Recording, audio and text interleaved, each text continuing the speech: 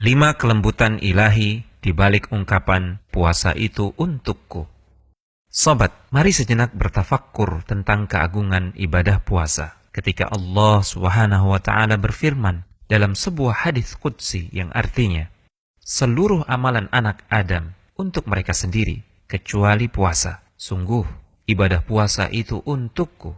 Akulah yang langsung akan memberikan imbalannya. Dalam hadis yang mulia ini, Allah berfirman, puasa itu untukku. Para ulama menjelaskan beberapa hikmah dan alasannya.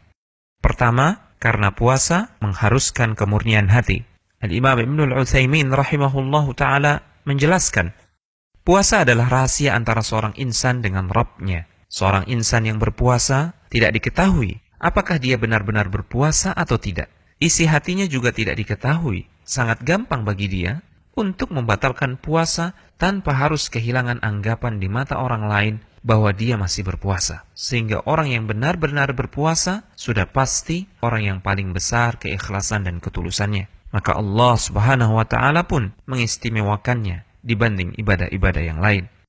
Kedua, karena Tuhan-Tuhan lain yang dianggap Tuhan tidak pernah diibadahi dengan puasa. Al-Imam Badruddin Al-Hanafi rahimahullahu ta'ala mengatakan, segenap ibadah sejatinya adalah hak Allah. Lantas kenapa hanya puasa yang diistimewakan dengan ungkapan penyandarannya untuk Allah?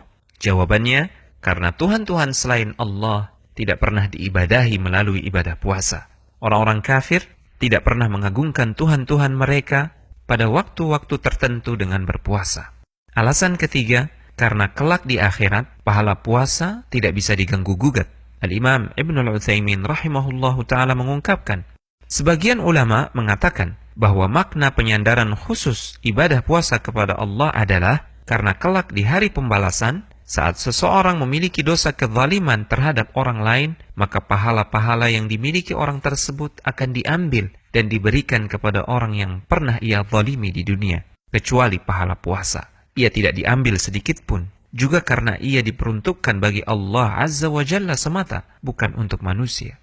Keempat, sebagai ungkapan betapa agungnya pahala puasa. Rasulullah SAW bersabda yang artinya, setiap amalan anak Adam, pahalanya digandakan. Satu kebaikan akan digandakan pahalanya 10 kali lipat sampai 700 kali lipat. Kecuali puasa, pahalanya tidak terbatas. Ia adalah untukku semata, dan aku sendiri yang akan memberikan ganjarannya. Orang yang berpuasa itu meninggalkan syahwat dan menahan diri dari makanannya karena aku.